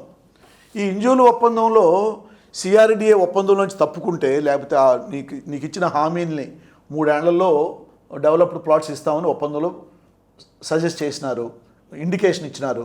మరి 10 ఏళ్ళు అయినా కానీ మీకు డెవలప్డ్ ప్లాట్ ఇవ్వనప్పుడు మీరు సిఆర్డీఏ మీద కోర్టుకు వెళ్ళాలి. అంటే ప్రతి రైతు కోర్టుకు వెళ్ళి ఫైట్ చేయగలడా? చేయలేడు. సో ఏమాత్రం చట్టబద్ధత లేని ఒప్పందాలని రైతుల మీద రుద్ది సిఆర్డీ ఈరోజు రైతుల్ని ఈ పరిస్థితి తీసుకొచ్చింది. దీంట్లో కూడా మనం గమనించాల్సింది ఏంటంటే ఈ ల్యాండ్ పూలింగ్లో నష్టపోయిన వాళ్ళు చిన్న సన్నకారు రైతులు. 84% మంది 3 ఎకరాల లోపు రైతులు ఈ 29 గ్రామాల్లో ఇచ్చిన వాళ్ళల్లో. అంటే చూడండి, 84% మంది ఏంటి, ఓవర్వెల్మింగ్ మెజారిటీ. ఆర్థికంగా మానసికంగా చితికిపోయిన వాళ్ళు, ఎటు ఒకరికి చెప్పుకోలేక, చేయలేక, ఇంట్లో పిల్లల పెళ్ళిళ్ళు ఇట్లాంటి ఏదైనా ఉంటే విపరీతంగా ఆర్థిక ఒత్తిడికి, మానసిక ఒత్తిడికి గురైన వాళ్ళు ఈ 84% మంది. ఎందుకంటే 1 ఎకరా 2 ఎకరాలను రైతు పూలింగ్లో ఏమి ఇస్తాడు, అమ్ముకొని ఏం తింటాడు. పూలింగ్లో ఇచ్చినాడు, 3 ఎకరాలు ఇచ్చినారు అనుకుందాం. జరీ భూములు అయితే మీరు ఇచ్చేది 1.5 లక్ష. 1.5 లక్షతో కుటుంబం సంవత్సరం అంతా బతకగలుగుతుందా? అదే 3 ఎకరాల చేతిలో ఉన్నప్పుడు ఒకరి మీద ఆధారపడకుండా స్వయం సమృద్ధిగా బతుకుతున్నటువంటి వ్యవసాయ కుటుంబాలు అవి. కానీ చంద్రబాబు నాయుడు దృష్టిలో ఏ రోజు కూడా వ్యవసాయం లాభసాటి కాదు. వ్యవసాయం అంటే చులకన, రైతులంటే చులకన, ఎడ్యుకేషన్ రంగంలో సామాజిక శాస్త్రాలంటే చులకన. ఆ టైప్లో తీసుకెళ్ళి ఇప్పుడు ఈ అదనంగా 50,000 ఎకరాలు తీసుకోవాలన్నటువంటి గ్రామాల్లో కూడా దాదాపు 80-84% మంది ఈ 3 ఎకరాల లోపు వాళ్ళే ఉంటారు. నష్టపోయే వాళ్ళు వాళ్ళే ఎక్కువ. సో ఈ ప్రభుత్వ అజెండాలో ఈ world class city, towers, graphics, లేకపోతే ప్రభుత్వంతో చర్చలు జరిపేవాళ్ళు, వీళ్ళెవరిలో కూడా ఈ 84% మందికి ఏ పాత్ర లేదు. అంత పెద్ద రైతులు అధీనంలో నడుస్తున్నటువంటి పరిస్థితి అది. సో ఇప్పుడు ఇదే ఒప్పందంతో ల్యాండ్ పూలింగ్ రూల్స్ పేరు పెట్టి రైతుల నుంచి భూములు తీసుకున్నాం. ప్రభుత్వం ఏం చెప్పింది, అదే ల్యాండ్ పూలింగ్ రూల్స్లో 2015లోను, ఇప్పుడు కూడా జూలైలో ఇచ్చిన జీవోలు పెట్టింది, 29 గ్రామాల్లో ఉన్న ప్రజలందరికీ ఉచిత విద్యా వైద్య సౌకర్యాలు కల్పిస్తామని స్పష్టంగా రిటర్న్ ఫామ్లో ఉంది. 2015 జనవరి 1 జీవో, ల్యాండ్ పూలింగ్ రూల్స్ జీవోలో. అదే జీవో పెట్టి భూములు తీసుకున్నావు. మరి అదే జీవోలో ఉన్న దీన్ని ఎందుకు అమలు చేయలేదు? ఒక్క రైతు కన్నా ఒక్క వ్యక్తి కన్నా ఉచితంగా వైద్య సౌకర్యాలు కల్పించినారా? ఒక్క పిల్లవాడికి కానీ ఒక్క అమ్మాయికి కానీ ఆ గ్రామాల్లో విద్య మీరు ఫ్రీగా కల్పించినారా? లేదు. ఈరోజు కూడా మేము ఎస్ఆర్ఎం విఐటీలో ఆహా ఓహన్ వీళ్ళు చెప్పుకుంటున్నారు, కానీ ఆ 29 గ్రామాల్లో ఉన్న రైతు కుటుంబాల నుంచి ఎవరైనా ఒక పిల్లవాడు అమ్మాయి కాలేజీలో చదువుకుంటూ ఉంటే 20% కన్సెషన్ ఇప్పించగలిగినారా మీరు ప్రభుత్వం, రాష్ట్ర ప్రభుత్వం? మరి మిమ్మల్ని ఎట్లా నమ్మాలి మీ రైతులకు న్యాయం చేస్తామంటే? రైతులు ఇచ్చిన భూములు కాలేజీ పెట్టుకున్నాడు, ఇవన్నీ ప్రైవేట్ కాలేజెస్, ఇవే రీసెర్చ్ ఇన్స్టిట్యూట్స్ ఏదో ఆంధ్రప్రదేశ్ని ఎక్కడికో తీసుకెళ్ళేటివి కాదు ఇవి. ఈ ప్రైవేట్ కాలేజెస్లో బేసిక్గా జరిగేది విద్యా వ్యాపారం. మరి ఈ భూములు ఇచ్చిన గ్రామాల్లో రైతుల కన్నా ఎవరి భూములో అయితే ఈ కాలేజీలకి మీరు వందల ఎకరాలు కేటాయించినారో, ఒక్క విద్యార్థి కన్నా ఇంజనీరింగ్ అడ్మిషన్ తీసుకుంటే ఒక 20%, 30% ఫీజు కన్సెషను ఎందుకు ఇప్పించలేకపోతున్నారు? అది జరగకపోగా ఈ గ్రామాల్లో ఉన్న పిల్లల్ని కూడా డే స్కాలర్స్గా వచ్చేవాళ్ళని హాస్టల్లోనే ఉండి మీరు చదువుకోవాలని చెప్పేసి ఒత్తిడి చేయడం కూడా జరిగింది. అవును, చాలామంది మీద. ఎందుకు ఉండాలి? ఇప్పుడు ఒక అరగంటలో తమ గ్రామం నుంచి కాలేజీకి వెళ్ళగలిగే సౌకర్యం ఉన్నప్పుడు ఒక స్టూడెంటు మీ హాస్టల్లోనే ఎందుకు ఉండాలంటే వ్యాపారం. హాస్టల్లో 2 లక్షల రూపాయలు ఎంతో 1.5-2 లక్షల రూపాయలు హాస్టల్ సంబంధించిన సంవత్సరం మొత్తానికి ఒకేసారి వసూలు చేసి పెట్టుకుంటారు. అంటే డిసెంబర్ 26లో తినబోయే మెస్సులో భోంచేసే ఫుడ్ కూడా ఈరోజు జనవరి 26లోనే వసూలు చేసి పెట్టుకుంటాడు. వ్యాపారం. మరి వీళ్ళ మీద ఏదైనా మీ నియంత్రణ ఉందా? లేదు. మరి ఏం ఒరిగింది రైతులకు అక్కడ ఈ కాలేజీలు రావడం వల్ల? ఈ స్టూడెంట్స్ ఎక్కడైనా పోయి చదువుకునే వాళ్ళే, ఈ ప్రైవేట్ కాలేజీలు చదువుకునేవాళ్ళు. కానీ భూములు ఇచ్చిన రైతులకు ఏం ఒరిగింది? మన ఉద్యోగాలు ఏం వచ్చినాయి? స్వీపర్స్, మిగిలినకి సంబంధించి ఏదన్నా క్లాస్ 4 రిలేటెడ్ సెక్యూరిటీ. మరి దానికి ఆ రైతులు భూములు ఇచ్చింది. మరి నువ్వు కొత్తగా తీసుకునే భూములు వీటిలో నువ్వు అదనంగా ఏం చేస్తావు? ఇక్కడ ఇంకొక ఇల్లీగల్ వ్యవహారం చూడండి. టైం ఉంటే ఇప్పుడు ఎయిర్పోర్టు, రైల్వే స్టేషన్ అదన్నారు కదా, అదనంగా తీసుకునే వాటిలో అదే నిజమైతే ఎందుకు వీళ్ళు మోసం చేస్తున్నారు? అది నిజం కాదు అని ఎందుకు అంటున్నా అంటే, అదే నిజమైతే జీవోలు స్పష్టం చేయాలిగా. The purpose of land acquisition, the purpose of land pooling. అందుకని ఇది చట్టబద్ధత కాదు. అదే మీరు 2013 చట్టం ప్రకారం తీసుకుంటే purpose of land acquisition specify చేయాలి. అది పబ్లిక్ పర్పస్గా ఉండాలి. ఇప్పుడు అనేక ప్రైవేట్ సెక్టర్ ప్రాజెక్టులు కూడా పబ్లిక్ పర్పస్ కింద తీసుకొస్తున్నారు. Okay, even then you have to mention, నాకు 5,000 ఎకరాలు ఈ గ్రామాల్లో కావాలి, ఈ 5,000 ఎకరాలు నాకు ఎయిర్పోర్ట్ ఇక్కడ పెట్టబోతున్నాను, so for airport I need 5,000 acres in this villages అని స్పెసిఫై చేయాలి. That is the purpose of land pooling అయినా పర్పజే చెప్పాలి. మరి చెప్పినావా? మీరు ఈ జీవోలో మన డిసెంబర్లో ఇచ్చిన జీవోలో చూస్తే, జీవో నంబర్ కావాలి, నేను మళ్ళీ మీకు ఇస్తాను. ఈ 20,000 ఎకరాలు ఏదైతే తీసుకుంటున్నారో 7 గ్రామాల్లో, అమరావతి, తుళ్ళూరు మండలాల్లో ఉన్న 7 గ్రామాల్లో 16,666 ఎకరాలు రైతుల పొలాలు, 3,000 ఎకరాలు చిల్లర గవర్నమెంట్ ల్యాండ్స్ కలిపి 20,000 ఎకరాలకు ఆ జీవో. అంటే ఈ 50,000 ఎకరాల్లో ఇది మొదటి దశ, ఓవరాల్ ల్యాండ్ పూలింగ్లో ఇది రెండవ దశ. మరి ఈ 20,000 ఎకరాలు ఈ పర్పస్ కోసం నాకు కావాలి 1, 2, 3 అని జీవోలో స్పెసిఫై చేయకుండా బయట ప్రకటనలు ఇచ్చి మంత్రి ఎమ్మెల్యేల ద్వారా దానికి ఏమి చట్టం, అది ఒకరోజు వార్తే, దానికి వ్యాలిడిటీ లేదు. అది ఓకే. వీళ్ళు అంటున్నట్టున్నారు 5,000 ఎకరాల్లో ఎయిర్పోర్టు ఏంటండి? హైదరాబాద్లో 5,000 ఎకరాల్లో ఉంది, 5,500 ఎకరాల్లో. మరి హైదరాబాద్ నగరం ఎంత? హైదరాబాద్కు ఉన్నటువంటి థ్రెషోల్డ్ ఏరియా అంటారు, ట్రాఫిక్ వచ్చేటువంటి ఏరియా ఇక్కడ ఎంత? ఆంధ్రప్రదేశ్లో 6 ఫంక్షనల్ ఎయిర్పోర్ట్స్ ఉన్నాయి already, domestic airports. Visakhapatnam international, Vijayawada నిన్న మొన్న ఇదైంది. విశాఖపట్నం, రాజమండ్రి, గన్నవరం, తిరుపతి, కడప, కర్నూలు 6 రీజనల్ ఎయిర్పోర్ట్స్ ఉన్నటువంటి స్టేట్ ఇండియాలో ఎక్కువ లేవు. ఇటీవల కాలంలో ఉత్తరప్రదేశ్లో ఒక 7-8 ఎయిర్పోర్ట్స్ కొత్త అన్నీ ఎక్కడెక్కడ కట్టేసి అవన్నీ ఘోస్ట్ ఎయిర్పోర్ట్స్ లాగా అయిపోయినాయి, మనుషులు లేక. Airport is an economic activity. నీకు ప్యాసింజర్ వస్తేనే అక్కడ నీకు ఎయిర్పోర్ట్కి వైబిలిటీ. ఈ ప్యాసింజర్స్ ఎక్కడ రావాలనేటువంటి ఒక అధ్యయనం జరగాలి కదా. ఏం జరిగింది ఇక్కడ? గన్నవరం ఎయిర్పోర్ట్కు రద్దీ పెరిగిపోయింది, ఇక్కడ ఎక్స్పాండ్ చేయడానికి అవకాశం లేదు, అదనపు రన్వే కావాలి, విమానాల రద్దీ పెరిగిపోయింది, ప్యాసింజర్స్ రద్దీ పెరిగిపోయింది, ఏమన్నా ఆ సిచ్యువేషన్ ఉందా అక్కడ? లేదు. మరి నార్త్ కోస్ట్లు, ఈస్ట్ గోదావరి వాళ్ళందరూ కూడా వైజాగ్లో కొత్త ఎయిర్పోర్ట్ వస్తూ ఉంది కదా, అక్కడికి వెళ్తారు కదా, ఇక్కడికి రాదు కదా. మీరు రాయలసీమ మొత్తం చూడండి, కర్నూలు వాళ్ళు హైదరాబాద్కి వస్తారు. ఉమ్మడి ఆంధ్రప్రదేశ్ అయినా విభజిత ఆంధ్రప్రదేశ్ అయినా. అనంతపూర్ వాళ్ళు బెంగళూరుకి వెళ్తారు, కడప వాళ్ళు ఇటు బెంగళూరు లేకపోతే చెన్నై, అవసరాలను బట్టి హైదరాబాద్. చిత్తూరు జిల్లా మొత్తం బెంగళూరు ఆర్ చెన్నై. ఇప్పుడు మా విలేజెస్లోకి వచ్చే బంధువులు కువైట్లో, గల్ఫ్లో, మా ఏరియాలో ప్రతి విలేజ్లోనూ చాలామంది గల్ఫ్లో ఉంటారు. చెన్నైలో దిగుతున్నారు, బెంగళూరులో దిగుతున్నారు. ఓ ట్యాక్సీ ముందే మాట్లాడుకొని చేసి నెల్లూరు వాళ్ళు చెన్నైకి వెళ్తారు. ఇప్పుడు నీ ఇంటర్నేషనల్ ఎయిర్పోర్ట్కి ఎక్కడి నుంచి రావాలి మనుషులు? నేను దీని మీద ఒక వీడియో మ్యాప్ పెట్టి వీడియో చేశాను, ఇదొక నా యూట్యూబ్లో మొత్తం మ్యాప్ చూపించి ఎవరు ఎక్కడ వెళ్తారు. సో నీకు ముఖ్యంగా రాబోయేది ప్రకాశం జిల్లా, కృష్ణా, గుంటూరు, వెస్ట్ గోదావరి. ఈ 4 జిల్లాల ప్రజలు ప్రయాణం చేయడానికి ఇక్కడ 5,000 ఎకరాల్లో ఇంటర్నేషనల్ ఎయిర్పోర్ట్ అవసరమా? మరి గన్నవరాన్ని ఎక్స్పాండ్ చేయలేమా? ఎక్స్పాండ్ చేయడానికి సాధ్యం కాదు అనే పరిస్థితి ఏమైనా ఉందా? ఏదైనా ఒక ఫీజిబిలిటీ స్టడీ జరిగిందా? ఏం లే.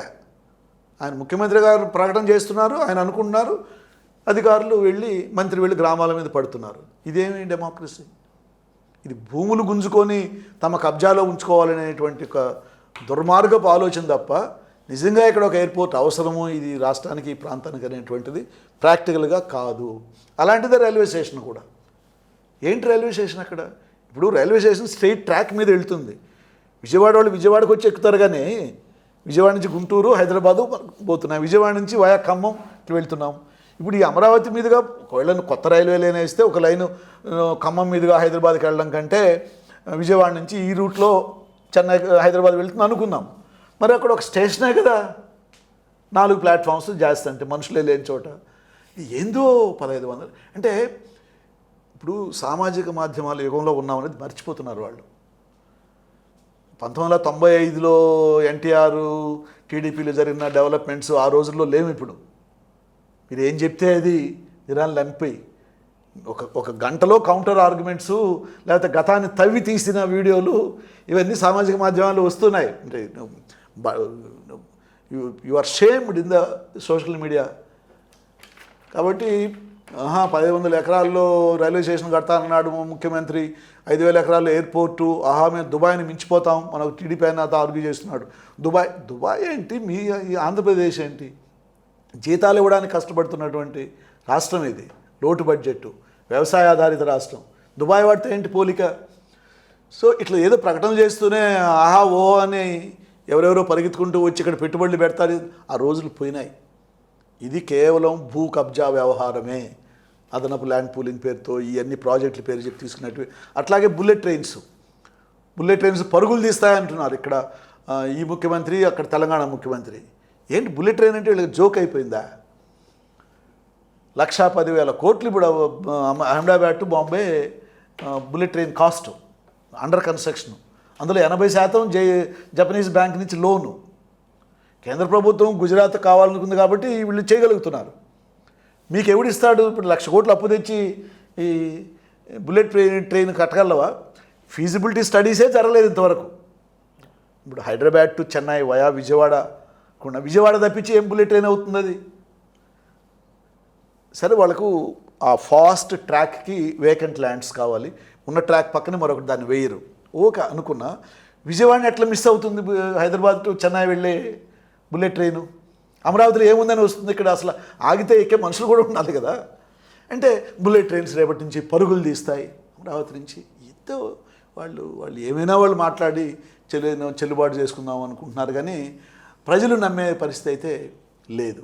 యాక్చువల్గా ప్రజలు దాని మీద జోక్స్ చేసుకుంటారు, కానీ ఆ ముఖ్యమంత్రి స్థాయికి ఉన్నటువంటి సీరియస్నెస్ కూడా పోగొట్టుకుంటున్నారు ఇలాంటి ప్రాజెక్టులు, ఇలాంటి ప్రకటనలు చేసి. ఈ అంశం మీద సుదీర్ఘ వివరణ ఇచ్చారు సార్. చివరి ప్రశ్న సార్, మనం ముఖ్యంగా కూటమి నేతలు సార్ అధికారం చేపట్టక ముందు వాళ్ళు ఇచ్చినటువంటి హామీలు సంక్షేమంతో పాటు అభివృద్ధి అంటే ఏంటో చూపిస్తాం. గత ప్రభుత్వం కేవలం సంక్షేమానికి మాత్రమే పరిమితమై అభివృద్ధిని నిర్లక్ష్యం చేసిందని ఆ నినాదంతో సార్ వాళ్ళు ఇచ్చిన 2-3 హామీలు మేము ఉంచుతుంది సార్. ఒకటేంటంటే సార్, గత ప్రభుత్వం ప్రభుత్వ వైద్య కళాశాలల్లో ప్రవేశపెట్టినటువంటి సెల్ఫ్ ఫైనాన్స్ విధానాన్ని రద్దు చేస్తామని చెప్పారు సార్. యువగళం పాదయాత్రలో నారా లోకేష్ గారు ఇచ్చినటువంటి స్టేట్మెంట్ స్మార్ట్ మీటర్లు ఎక్కడైతే ఉంటే అది మేము అధికారంలో వచ్చిన తర్వాత పీకేస్తామని చెప్పడం ఒకటి జరిగింది సార్. రెండోది ల్యాండ్ టైటిలింగ్ యాక్ట్ కూడా ఒక ప్రధాన అస్త్రంగా ఈ ప్రభుత్వ నేతలు అప్పట్లో చూపెట్టి మీ భూమిని జగన్మోహన్ రెడ్డి గారు లాక్కోబోతున్నారని చెప్పి ఒక భయాందోళన గురి చేసి ఇది ఒకటి చెప్పారు సార్. ఇట్లా ఒక 3-4 హామీలు ఏదైతే ఉన్నాయో సార్ ఇచ్చి ఇప్పుడు నాకు తెలిసి ఏవైతే ఇప్పుడు మళ్ళీ స్మార్ట్ మీటర్లు వస్తున్నాయి సార్, ఈ సెల్ఫ్ ఫైనాన్స్ రద్దు చేయకపోగా పీపీపీ విధానం వచ్చింది సార్. ఇట్లా ఇప్పుడు మనం చూస్తే కనుక ల్యాండ్ టైటిలింగ్ యాక్ట్లో పెద్ద మార్పు లేకుండా దాదాపు అదే కొనసాగుతున్న నేపథ్యం సార్. ఇలా యూటర్న్ తీసుకున్న నేపథ్యాన్ని మనం పూర్తిగా గమనిస్తున్నాం సార్. అసలు ఈ నేపథ్యంలో మనం చూస్తే కనుక సార్ అసలు అభివృద్ధిని మనం ఎలా డిఫైన్ చేయాలంటారు సార్? అభివృద్ధి అంటే సార్ పొడవైన రోడ్లు, ఎత్తైన భవనాలు, రంగులైన గోడలు, ఇవా అసలు అభివృద్ధికి పూర్తి నిర్వచనం మనం ఎలా చూడాలి సార్? ఈ మన దేశంలోనూ మన రాష్ట్రంలోనూ ఉన్నటువంటి ఒక దౌర్భాగ్యమైన పరిస్థితి ఏంటంటే ప్రతిపక్షంలో ఉంటే ఏమైనా మాట్లాడవచ్చు, అధికారంలోకి వచ్చిన తర్వాత దాన్ని కంప్లీట్గా రివర్స్లో ప్రవర్తించవచ్చు. సో ఆ రోజు అది సౌకర్యంగా అనిపించింది, ఈరోజు ఇది వాళ్ళకి అధికారం ఉంది కాబట్టి మేము ఇట్లే ఉంటామనేది ఒక దురదృష్టకరమైనటువంటి పరిస్థితి మన పబ్లిక్ లైఫ్లో. హిపోక్రసీ ఇన్ పబ్లిక్ లైఫ్ అంటాను నేను. ఎందుకంటే ప్రతిపక్షంలో ఉన్నప్పుడు మాట్లాడిందే అధికారంలో ఉన్నప్పుడు దాన్ని అమలు చేయాలి. అందుకనే ప్రజల్ని ప్రతిపక్షంలో ఉన్నప్పుడు ఎందుకు విమర్శిస్తారు అధికార పార్టీ పాలసీస్ని అంటే మేము వస్తే ఎందుకు భిన్నంగా చేస్తామని మీరు చెప్తున్నారు కాబట్టి అనేక కారణాల వల్ల ఇది కూడా మీకు కలిసి వచ్చినప్పుడు దాన్ని భిన్నంగా చేయగలగాలి, కానీ చేయరు. ఇక్కడ ఇప్పుడు ఆ స్మార్ట్ మీటర్స్ దగ్గర ఆదాని ప్రభావం భాగంగా ఉందని గతంలో విన్నాం, ఇప్పుడు అది కొనసాగుతూ ఉంది. అది ప్రజల్లో ఇప్పుడు దురదృష్టం ఏమైపోయిందంటే అతి కొద్ది మంది తప్ప ప్రజల్లోకి వెళ్ళి ఈ మీటర్ల వాళ్ళు జరిగేటువంటి నష్టాన్ని వివరించే వాళ్ళు కూడా లేకుండా పోయినారు. ఎందుకంటే గతంలో అది అమలు చేసిన పార్టీని ఇప్పుడు ప్రతిపక్షం వాళ్ళు వెళ్ళరు. ఇందుకుముందు ప్రతిపక్షంలో విమర్శించిన వాళ్ళు అధికారంలోకి వచ్చి దాన్ని అమలు చేస్తున్నప్పుడు ప్రజలకు వాస్తవం ఎవరు చెప్పాలి? ఇది ఒక ఇబ్బందికర పరిస్థితి. ల్యాండ్ టైటిలింగ్ అట్లాంటిది. అందులో ఏదో 1-2 ప్రొవిజన్స్ పెట్టి వాళ్ళకు ఉన్నటువంటి మీడియా బలంతో విపరీతంగా నెగటివ్ ప్రచారం ఆ రోజు చేయడానికి వాళ్ళకి అవకాశం దొరికింది. అధికార పార్టీ కూడా దాన్ని ఎదుర్కోలేకపోయింది. ప్రధాన కారణం ఏంటంటే అది చట్టం చేసే ముందు ప్రజలకు ఎక్స్ప్లెయిన్ చేయాలి. మన దగ్గర ఏమవుతుందంటే ఆలోచన వచ్చిందా, చట్టం చేసేసినామా, లేదా జీవో ఇచ్చేసినామా, అమల్లోకి వెళ్ళిపోయిన తర్వాత సమస్యలు వస్తున్నాయి, అప్పుడు వెనక్కి వెళితే ప్రెస్టేజీ ఎలాగైనా సరే అమలు చేయాలనే ఒక తత్వం మన రాష్ట్రంలో ఎక్కువగా ఉంది. రెండు వైపులా చట్టం చేసే ముందే దాని మీద ఒక విస్తృతమైన చర్చ. ఆ చర్చ అంటే అందరూ నువ్వు చెప్పిన దానికి ఎస్ అనేవాళ్ళు కాకుండా విమర్శించే వాళ్ళని కూడా చర్చల్లో ఇన్వాల్వ్ చేస్తే మీకు కౌంటర్ పాయింట్స్ తెలుస్తాయి. ఆ కల్చరు మన దగ్గర లేదు. అన్నిటికీ ఎస్ అనే వాళ్ళనే దగ్గర చుట్టూ చేర్చుకుంటారు. నీకు రియల్ పిక్చర్ గ్రౌండ్ లెవెల్లో ఈ ఇబ్బందులు ఆయన చెప్పేవాళ్ళు కనపడరు. మరి ఇప్పటికైనా దాంట్లో పెద్ద మార్పు వచ్చినట్టు కనపడడం లేదు. ఈ సంక్షేమంతో పాటు గత ప్రభుత్వం, నేను పల్లెలో ఉంటున్న గత 7 సంవత్సరాలుగా గమనించింది ఏంటంటే సార్, కరోనాతో 2 సంవత్సరాలు పోయింది. మిగిలిన వాటిలో నేను గమనించింది ఏంటంటే గ్రామ సచివాలయాలు రైతులకి చాలా పెద్ద ఎత్తున ఉపయోగపడుతున్నాయి పల్లెల్లో. నేను వ్యక్తిగతంగా గ్రామ సచివాలయాలు లేక ముందు ఊరిలో ఉన్నాను, తర్వాత ఊరిలో ఉన్నాను కాబట్టి చెప్పగలుగుతున్నా. ఇది ఎవరో ఒకరు ఫీడ్బ్యాక్ ద్వారా చెప్పింది కాదు. ఒక విఆర్ఓనో ఒక సర్వేయర్నో కలవాలంటే అంతకుముందు నాకు సొంతంగా కూడా మండల హెడ్ క్వార్టర్స్కి వెళ్ళాలి. వాడు ఆ రోజు ఉండడు, ఉన్నానని చెప్పడు. మండల హెడ్ క్వార్టర్కి పోయేటప్పటికే హాఫ్ డే వేస్ట్ అయిపోతుంది రైతుకు. నేను స్వయంగా అనుభవించాను. సచివాలయం వచ్చిన తర్వాత అనేక విషయాలకు సచివాలయంలో వాడు ఉండక తప్పని పరిస్థితి ఉంది. ఇది ఈరోజు మా బంధువుల్లో కూడా ముఖ్యమైన టీడీపీ నాయకులు కూడా సచివాలయం దగ్గరకు వచ్చేటికే జగన్మోహన్ రెడ్డిని విమర్శించలేరు, ఆగిపోతారు. మిగిలిన ఎన్ని విషయాలు విమర్శించినా. మరి అది ప్రతి గ్రామ పంచాయతీలోనూ ఒక సచివాలయం రావడం అనేది అభివృద్ధి కాదా? ఒక డీసెంట్రలైజేషన్. అభివృద్ధి అంటే నీకు ఒక లోకల్ అఫీషియల్ క్షేత్రస్థాయికి దగ్గరలో ఉండడం, ఇవన్నీ విభిన్న సంకేతాలు. ఇవి హాస్పిటల్స్ పనిచేయడం కొంచెం మెరుగైందండి, అట్లీస్ట్ మా ఏరియాలో. స్కూల్స్, నేను 10th క్లాస్ పిల్లలకి నేను ఇటీవల కాలంలో రిటైర్ అయిన తర్వాత గ్రాఫాలజీ అండ్ గ్రాఫోథెరపీని హ్యాండ్ రైటింగ్ అనాలిసిస్ మీద కొంత అధ్యయనం చేశాను, కోర్స్ చేశాను. అందులో సంతకం ఎలా చేయాలి అనేది ఒక కాంపోనెంటు. మీ సంతకాన్ని బట్టి మీ పర్సనాలిటీ క్యారెక్టరిస్టిక్స్ కూడా అసెస్ చేయగలం. ఓ సంతకం and the signature below. Very nice. So నేనేమన్నానంటే 10th క్లాస్ నుంచి పిల్లలు సంతకాలు చేయడం ప్రాక్టీస్ చేస్తారు కదా, ఇంకా అడ్మిషన్స్, నెక్స్ట్ కాలేజీ, బ్యాంక్ అకౌంట్లు, ఇంటి కార్డులని. సో 10th క్లాస్ పిల్లలకి సంతకం ఎలా చేస్తే అంటే the way your finger moves is influenced by your brain, subconscious mind. So అందుకని ఒక 6-7 ప్రిన్సిపల్స్ ఉన్నాయి అందులో. ఇట్లా ప్రాక్టీస్ చేస్తే it will have a positive impact on your brain and your personality and your self respect with in that limited way అని పిల్లలకు ఆ 4 చెబుదామని చెప్పేసి నేను మా చుట్టుపక్కల ఒక 10 స్కూల్స్ ఉన్నాయి, జడ్పీఐ స్కూల్స్, ప్రైవేట్ స్కూల్స్. అక్కడికి వెళ్ళి ఆ 10th క్లాస్ పిల్లలకు ఒక క్లాస్ తీసుకునేవాడిని. ఫస్ట్ టైం అట్లా వెళ్ళినప్పుడు నాకు అర్థమైంది డిజిటల్ బ్లాక్ బోర్డ్స్ అనేవి ఫస్ట్ టైం నేను లైఫ్లో చూసిన క్లాసుల్లో. అది అంతకుముందు ఇప్పుడు ఎక్కడ చూడాలనుకున్నాయని కూడా నాకు తెలియదు. వాటికి ఇంటర్నెట్ కనెక్టివిటీ ఉంది. ప్లస్ ఆ బోర్డు మీద ఏదైనా ఒక కాంప్లెక్స్ ఫార్ములా ఎవరైనా రాసినా కానీ దాన్ని సేవ్ చేసి పెట్టుకోవచ్చు. ఓ గ్రేట్. ఇవన్నీ నాకు అక్కడ పోయిన తర్వాత అర్థమైంది, పిల్లలు చెప్తున్నారు. అదే సార్. ప్లస్ కొన్ని స్కూల్స్ నేను రోజు చూసేటివి గవర్నమెంట్ స్కూల్స్, ఒక జడ్పీఐ స్కూలు. ఈ స్కూల్లో పిల్లలు చదువుకుంటున్నారంటే ఎంత పేదవాళ్ళు కాకపోతే పేరెంట్స్ ఇక్కడికి పంపిస్తుంటారు అంటే దాన్ని చూస్తే బయట నుంచే అయ్యో అనిపించేది. కానీ హెల్ప్లెస్, మనం ఏం చేయలేం. నాకంత కెపాసిటీ లేదు అక్కడ. అది 10 మంది పెద్దవాళ్ళని మొబిలైజ్ చేసి దీనికి ఏదైనా చేద్దంటే వాళ్ళ పిల్లలంతా ఆల్రెడీ ప్రైవేట్ స్కూల్స్లో ఉన్నారు. దీని మీద ఇంప్రూవ్ చేయాలని వాళ్ళకేముంది.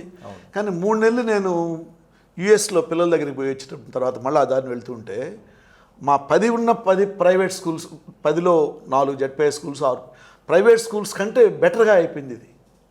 దీని యొక్క overall getup, buildings, classrooms కానీ మొత్తం యాంబియన్సే మారిపోయింది. మరి అది దాన్ని ఏమనాలి, మరి అభివృద్ధి అనలేమా?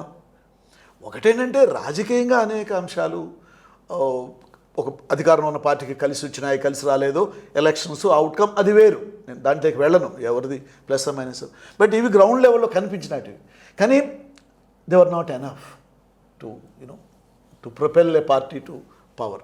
నేను చూసిన ఫైనల్గా మనం అభివృద్ధి ఉన్నాం కదా, ఒక 25-30 years బ్యాక్, 40 years బ్యాక్ ఇది వచ్చింది. సస్టైనబుల్ డెవలప్మెంట్ అనే కాన్సెప్ట్ ముందుకు వచ్చింది. సుస్థిర అభివృద్ధి అనేది 1987లో బ్రంట్లాండ్ కమిషన్ రిపోర్ట్ అని నార్వే ఫార్మర్ ప్రైమ్ మినిస్టర్ ఆమె world commission on environment and development అనే వరల్డ్ కమిషన్ తరఫున state of the environment report తీసుకొచ్చినప్పుడు అవర్ కామన్ ఫ్యూచర్ అని పేరు పెట్టింది దానికి, ఆ బుక్కి. అందులో సస్టైనబుల్ డెవలప్మెంట్ అనే కాన్సెప్ట్ పెద్ద ఎత్తున ముందుకు వచ్చింది. అంతకుముందు కూడా ఉండిందేమో తెలియదు. ఏంటి సుస్థిర అభివృద్ధిని మనం తెలుగులో అనుకుంటే దాన్ని ఎట్లా నిర్వచించాలి అంటే, ఈరోజున్న ఈ తరం తమ అవసరాలని తీర్చుకునే క్రమంలో భవిష్యత్తు తరాలు తమ అవసరాలను తీర్చుకునేటువంటి పరిస్థితికి ప్రమాదం కల్పించకూడదు. తన అవసరాలు తీర్చుకుంటేనే భావితరాల అవసరాలకు వీడు భంగం కలిగించకుండా ఈ అవసరాలు తీర్చుకోవాలి.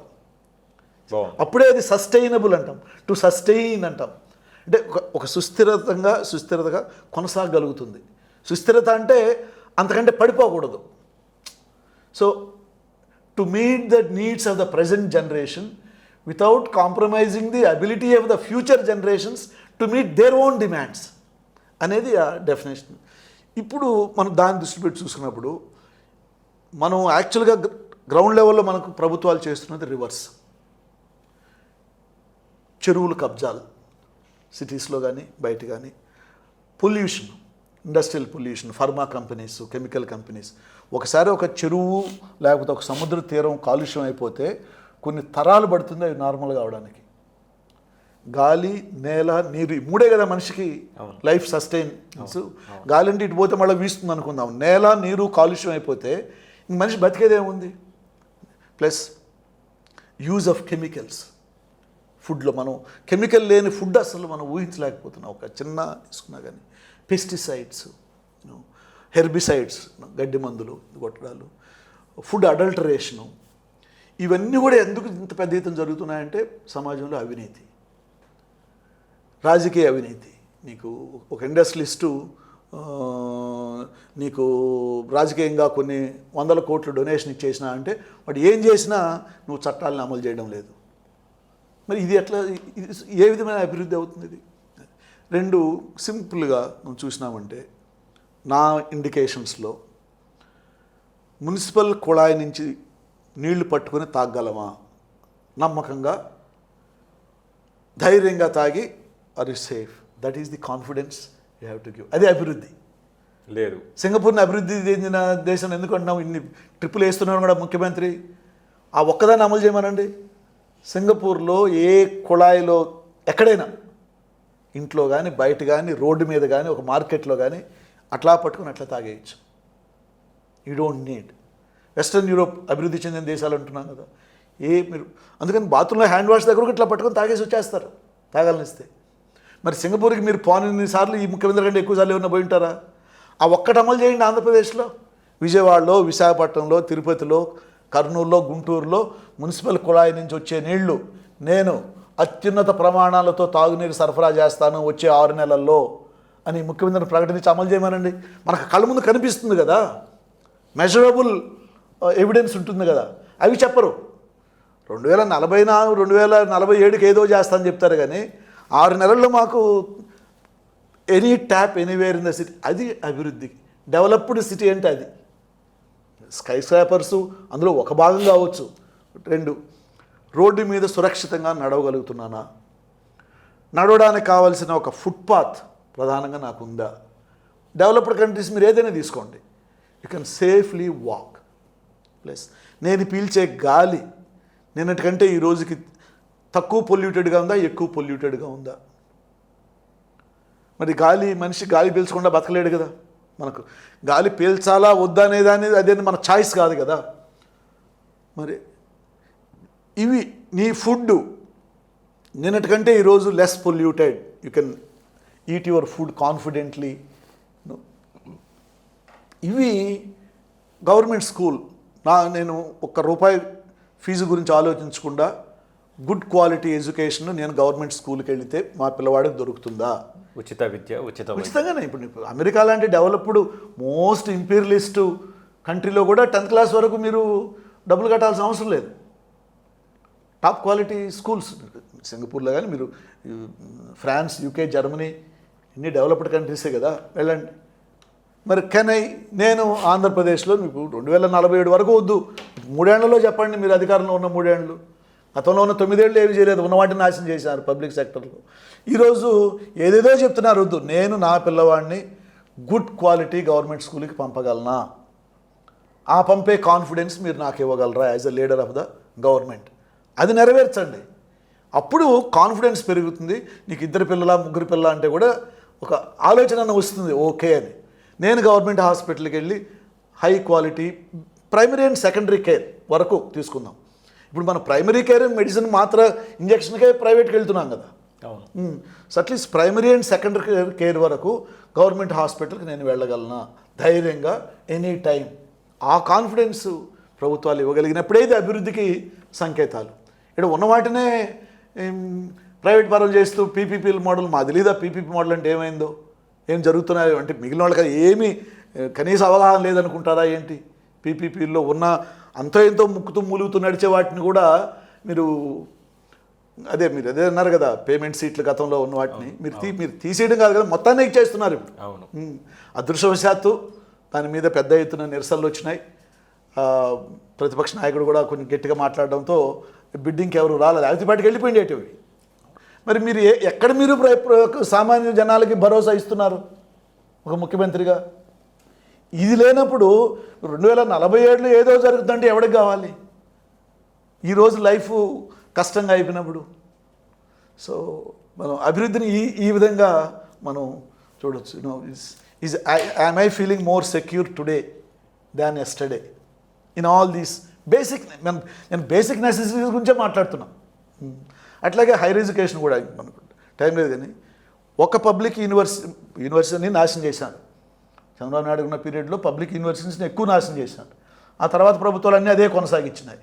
ఈరోజు ఒక చెప్పుకోగలిగిన ఒక్క యూనివర్సిటీ ఉందా ఆంధ్రప్రదేశ్లో? చాలా అభివృద్ధి అంటే ఏంటి చాలా అర్థంగా మీరు చాలా బాగా చెప్పారు సార్. నిన్నటికంటే నేను ఈరోజు బెటర్గా ఉన్నానా లేదా, చక్కగా అసలు అభివృద్ధిని చాలా ఒక రకంగా చెప్పాలంటే అరటి పండుని ఒలిచి నోట్లో పెట్టినంత సులువుగా అర్థమయ్యేలా చెప్పారు సార్.